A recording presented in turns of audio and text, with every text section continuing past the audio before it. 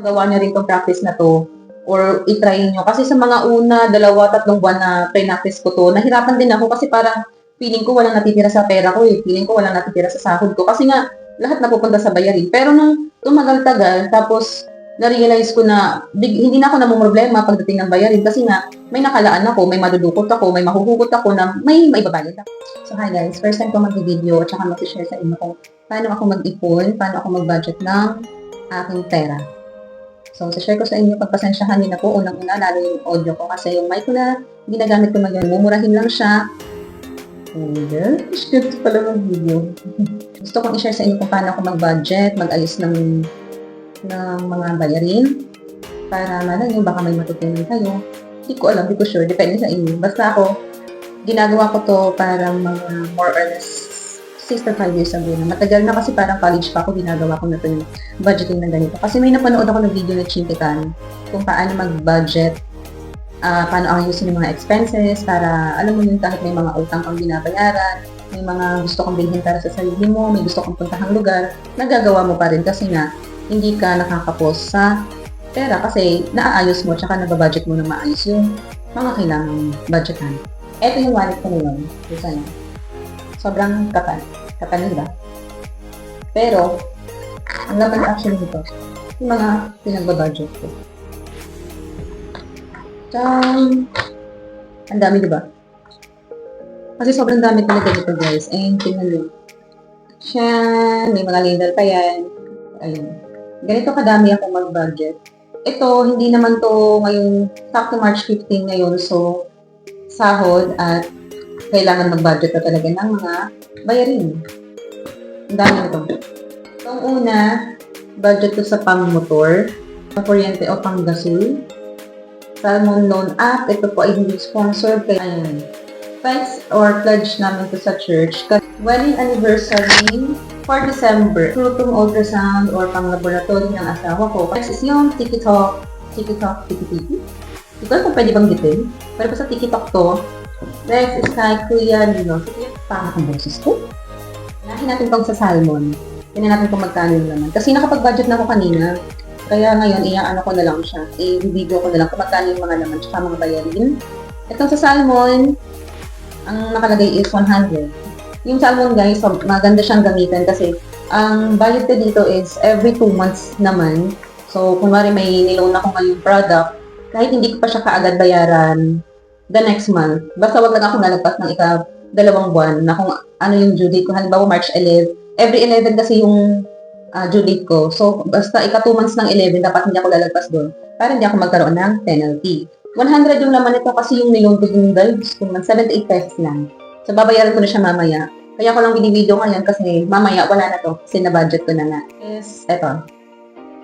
Pledge namin para sa church.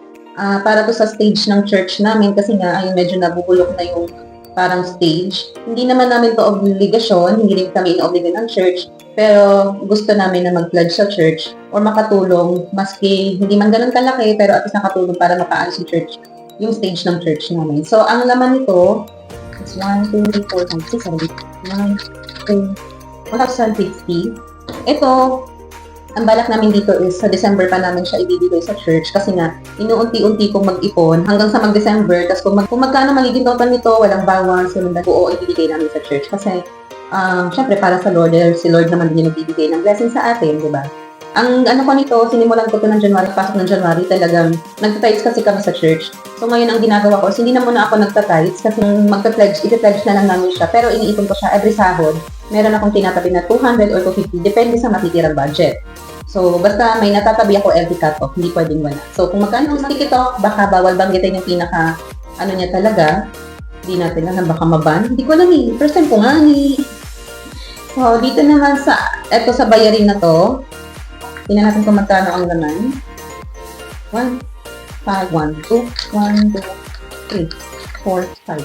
2,500. Kasi meron akong bayarin ngayong March 16 na nasa 2,400 plus something naman. So, ginawa ko na siyang 2,500 para kung may additional fee doon sa pagbayad sa counter. Sa 7-Eleven kasi ako nagbabayad dito. Merong sobra. Hindi na ako mahihirapan dito. Eto, sobrang, ang ginagamit naman namin dito kung bakit ako nagpipay later is unang-una yung bigas kasi sobrang laking tulong din naman kasi na nagpipay later ka. Kasi kung halimbawa wala ka munang budget ngayon, at least hindi mo kagad kailangan bayaran. Basta kung kailan yung due date mo, doon mo pa siya pwedeng bayaran. Eh kung ngayon yung kailangan ng bigas, syempre, di ba, wala kang choice. Hindi masamang umutang, basta responsable kang magbayad. Yun lang naman yun. Kahit saan naman, wala naman siguro taong walang utang. Pero kailangan mong mag-budget talaga. Tsaka kailangan mong ayusin yung mga kailangan mong bayaran. Hi, Kuya Nilo. Itong kay Kuya Nilo, sa ano to, ang kapitbahay namin. Ito naman, nakakahiram ako dito kapag halimbawa medyo natatalit na nga rin yung budget, tapos kailangan na namin yung mga pang-ulam-ulam, mga pang-noodles, mga pang-dilata, mga ganun. Pero hindi naman ako sumusobra ng dito. Ang budget ko dun lagi kay Kuya Nilo is 1,000. Pero hindi naman ako sumusobra ng 1,000 kay dun sa tindahan. Mostly mga nasa 500 plus lang. Tapos kung may sobra, depende kung ano yung gagawin ko dun, kung itatabi ko pa ulit or pwedeng may gusto kaming bilhin, kainin, doon siya napupunta. Then, itong kuryente gasol. Meron tayong 1,500 na nakatabi. 1,500, yung 1,000 para dun sa kuryente. Kasi tatlo kami ang naghahati sa kuryente. So, kung halimbawa 3,000 yung bill namin or 3,000 pataas, basta pinaghahatian namin yun. Pero ang pinaka-minimum na binabudget ko, 1,000. Yung sobra naman, kung may susobra, bahala na. Basta at least meron akong 1,000 na nakatabi. At least maliit na lang yung idadagdag ko. Sa gasol, ganun din. Hati-hati din naman kami. Pero 500 na rin yung tinatabi ko. Para kung sakaling, kung magkano lang yung maibigay nila, okay lang kung maliit o malaki. Depende. Minsan naman kasi nag-iiba-iba ang ng gasol, ang presyo. Pero at least dito sa akin, 500 para konti na lang yung dadagdag ng mga kapatid ko.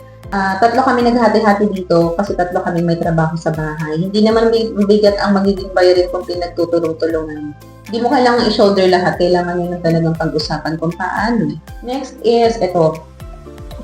Medyo palasog na nga din yung envelope kasi, palasog na yung envelope. Kasi ang tagal na nito, hindi, budget to para sa apply namin ng driver's license ng asawa ko. Ito guys, hindi ko to inipon ngayon lang. Ito ay mga alam ko months ko tayo napesahan, pero 2025. Hindi to ngayon or ngayon buwan ko nang inipon na kasi guys, daming mga bayarin hindi talaga kakayanin.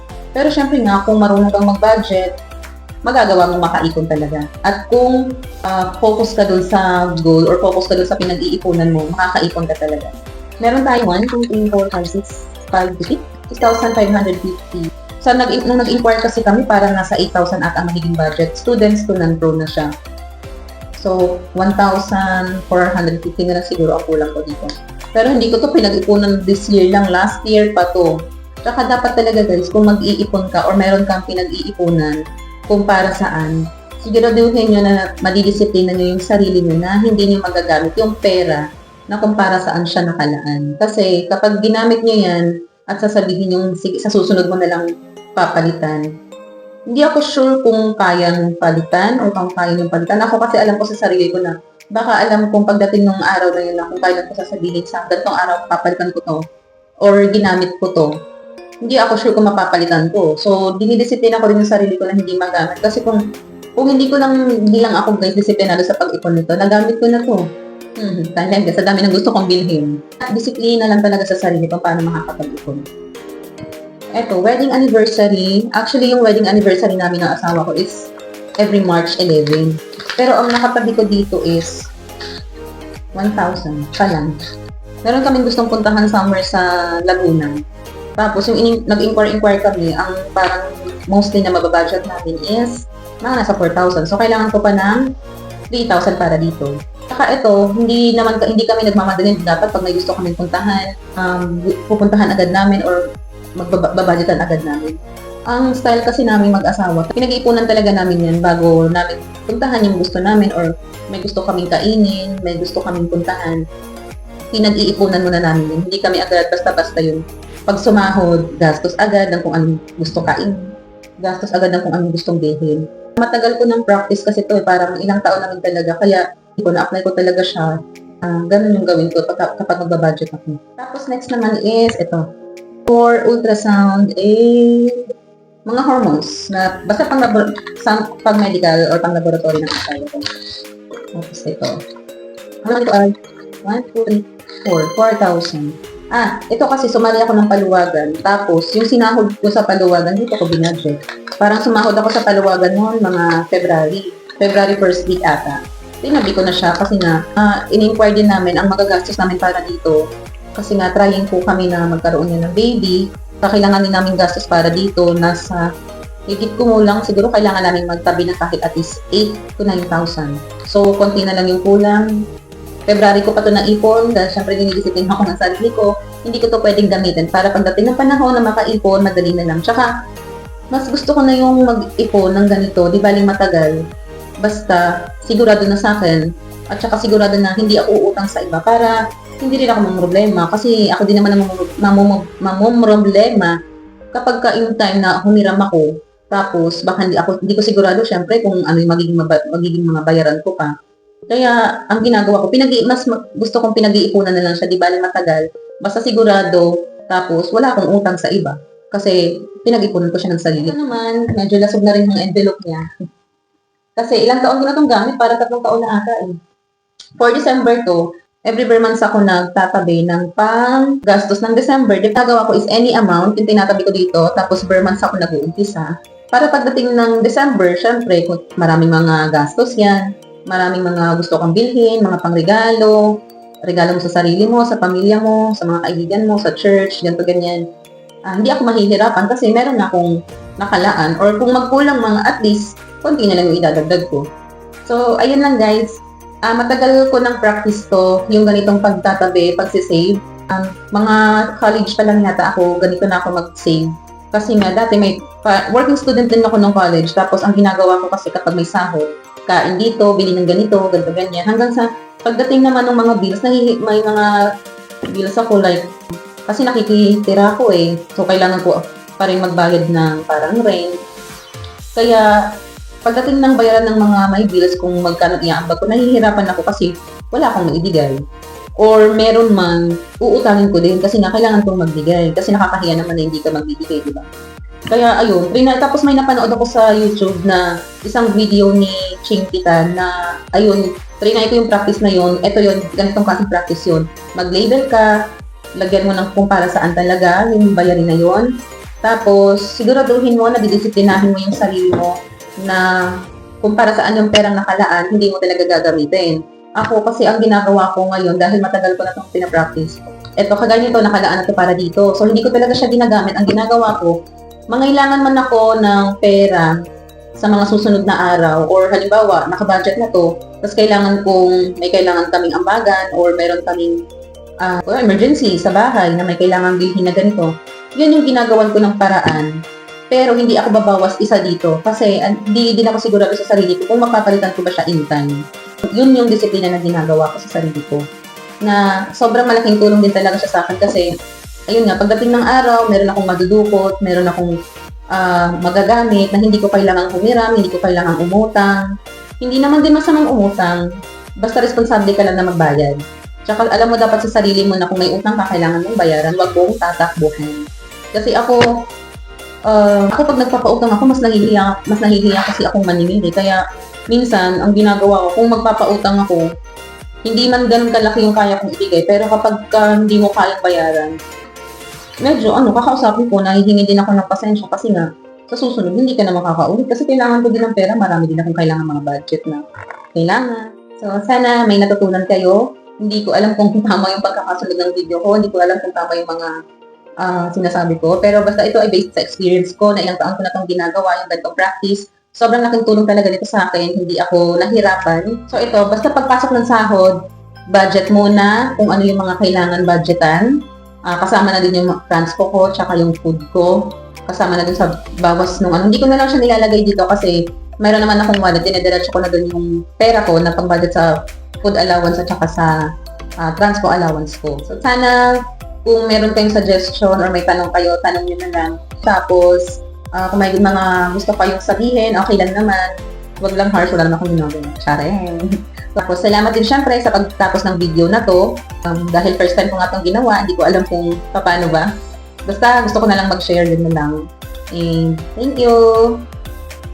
Sana magawa nyo rin itong practice na to or itry nyo. Kasi sa mga una, 2-3 buwan na pre-practice ko to, nahirapan din ako kasi parang feeling ko walang natitira sa pera ko eh. Feeling ko walang natitira sa sahod ko. Kasi nga, lahat napupunta sa bayarin. Pero nung tumagal-tagal, tapos na-realize ko na hindi na ako namumroblema pagdating ng bayarin kasi nga may nakalaan ako, may madudukot ako, may mahuhugot ako na may maibabayad ako.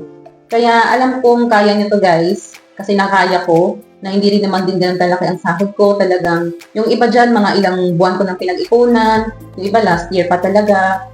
Disiplina lang talaga na hindi mo siya magamit para pagdating ng panahon, may madudukot ka. So, yun lang. Sana magawa nyo din to, practice na to. Makakatulong to sa inyo kung paano kayo mag-budget na maayos. Kasi kung sa maliit na halaga, nakakaya nyo i-budget yan, paano kapag malaki na? Diba? Kaya, thank you sa pagtapos ng video na to.